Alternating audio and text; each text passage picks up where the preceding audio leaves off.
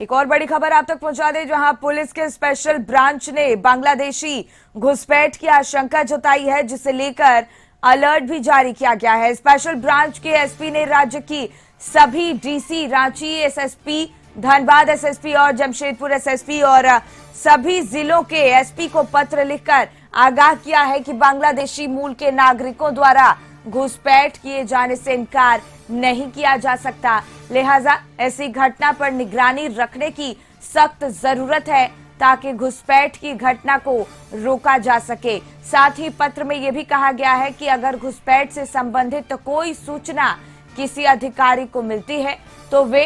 अविलंब कार्रवाई करते हुए स्पेशल ब्रांच को इसकी सूचना साझा करें। तो सभी जिलों के एसपी को घुसपैठ को लेकर अलर्ट जारी किया गया है। झारखंड में बांग्लादेशी घुसपैठ को लेकर अलर्ट जारी किया गया है।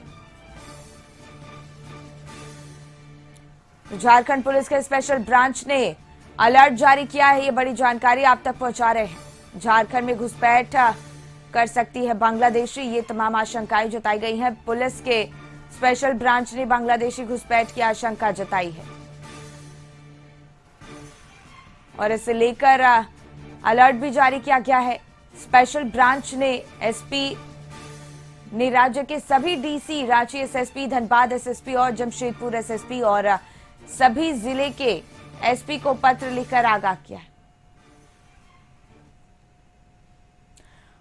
और संदीप इसी पर और ज्यादा जानकारी लिए रांची से हमारे सहयोगी जुड़ गए हैं। देखिए संदीप, बांग्लादेशी घुसपैठियों को लेकर ये आशंका जताई गई है और लगातार पुलिस भी अलर्ट मोड पर नजर आ रही है। रांची एसएसपी, धनबाद एसएसपी समेत जिले के तमाम एसपी को भी पत्र लिखकर आगाह किया गया है। यदि बांग्लादेश घुसपैठी की बात की जाए तो जिस तरह से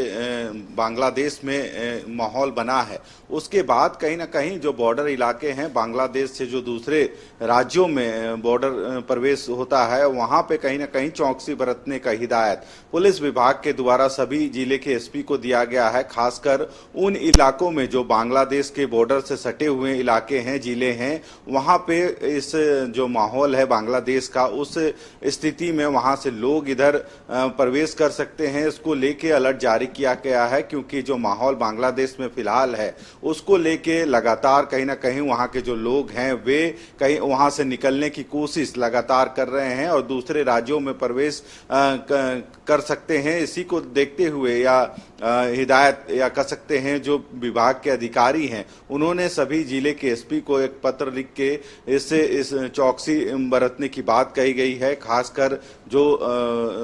स्पेशल ब्रांच के लोग होते हैं, खुफिया विभाग के जो लोग हैं, उसको इन संबंधित पूरी जानकारियां इकट्ठा करने के लिए भी कहा गया है, ताकि जो यदि बांग्लादेश के लोगों का मूवमेंट किसी दूसरे राज्यों के लिए होता है या घुसपैठी की कोशिश होती है तो उसकी जानकारी पहले पुलिस को लग सके और इसको वे रोक सके। क्योंकि जो माहौल अभी बांग्लादेश में चल रहा है, ऐसे में वहां के जो लोग हैं वो कहीं ना कहीं वहां से निकलने की लगातार कोशिश कर रहे हैं और इससे पहले भी जो बॉर्डर के इलाके हैं वहां पे भारी संख्या में जो वहां के लोग हैं वे पहुंच रहे थे। हालांकि पुलिस और जो बॉर्डर सिक्योरिटी फोर्स के जो बॉर्डर में तैनात रहते हैं सिपाही, उनकी चौकसी के बाद वे लोग वहां से पीछे हट जाते हैं, पर कहीं ना कहीं यह प्रयास लगातार जारी है कि लोग वहां बॉर्डर के इलाके से निकलकर दूसरे राज्यों में या फिर वहां से दूसरे जिलों में प्रवेश कर सके। तो देखना होगा, क्योंकि एक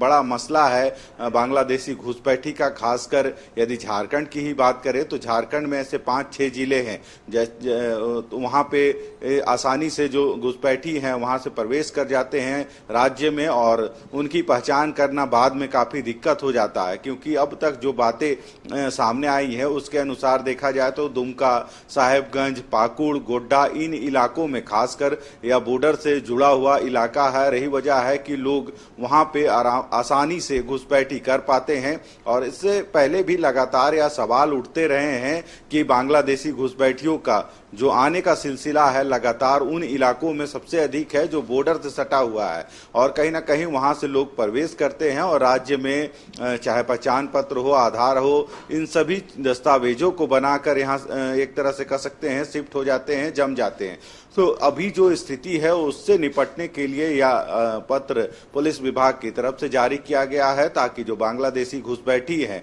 दूसरे राज्यों में प्रवेश ना कर सके। जी बिल्कुल, और पुलिस के स्पेशल ब्रांच को अलर्ट जारी किया गया है और आगाह भी किया गया है। किस तरीके से मोर्चे को संभाला जा रहा है संदीप, किस तरीके से इम्प्लीमेंट किया जा रहा है आदेश के बाद?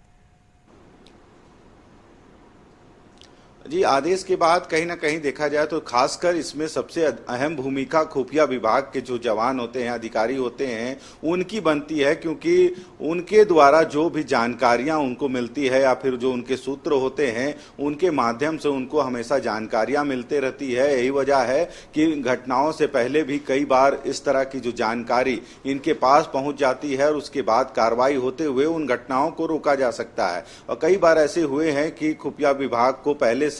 जो जानकारियां हैं, इनपुट है, वह मिलती है, जिसके आधार पर वह आगे की त्वरित कार्रवाई करते हुए उन चीजों को रोकने का प्रयास जरूर करती है। तो यह भी एक बड़ा टास्क होगा खुफिया विभाग सहित पुलिस के अधिकारियों के लिए कि जो बांग्लादेश की स्थिति है, जिसके बाद वहां से लोग निकलने का प्रयास लगातार कर रहे हैं, क्योंकि माहौल वहां बहुत ही खराब है, और उसे कैसे रोका जाए, क्योंकि यदि दूसरे राज्यों में वहां के जो लोग हैं यदि पहुंचते हैं तो ऐसे में यहां अराजकता की स्थिति उत्पन्न हो सकती है। तो इससे निपटने के लिए यह सारी जो आदेश है जारी किया गया है और पुलिस भी अलर्ट मोड में है कि इस तरह की कभी भी किसी जिले में यदि इस तरह की घटनाएं होती हैं, घुसपैठी यदि प्रवेश करते हैं तो उनको कैसे रोका जाए। हालांकि इसमें सबसे अहम भूमिका खुफिया विभाग की होगी, क्योंकि उनका जो इनपुट होता है वो कई सूत्र होते हैं जिसके माध्यम से उन तक जानकारियां पहुंचती है और सभी के काम करने का एक अलग मॉड्यूल होता है। और इसमें खुफिया विभाग कहीं ना कहीं जानकारी इकट्ठा करने में उनको महारत हासिल होती है, और यही वजह है कि उनको भी इसमें शामिल किया गया है कि इस तरह की यदि कोई भी जानकारियां उनको पहले पता चलती है तो पुलिस के सहयोग से उन सभी चीजों को वहीं पे रोका जा सकता है। क्योंकि यदि एक बार जो दूसरे राज्यों में प्रवेश कर जाएंगे लोग तो ऐसे में थोड़ी दिक्कत जरूर होगी, और कह सकते हैं दूसरे देश से बिना परमिशन के कोई भी व्यक्ति दूसरे देश में या दूसरे राज्य में प्रवेश नहीं कर सकता है, और इसी को देखते हुए यह पूरी कार्रवाई चल रही है। हालांकि देखना होगा कि अब जो जिले के एसपीओ को इससे संबंधित जो आदेश जारी किया गया है उस पर कितना अमल होता है और इन सभी चीजों को रोकने में पुलिस या फिर खुफिया विभाग कितना कामयाब हो पाती है। बिल्कुल संदीप, बहुत बहुत धन्यवाद आपका तमाम जानकारी हम तक पहुंचाने के लिए।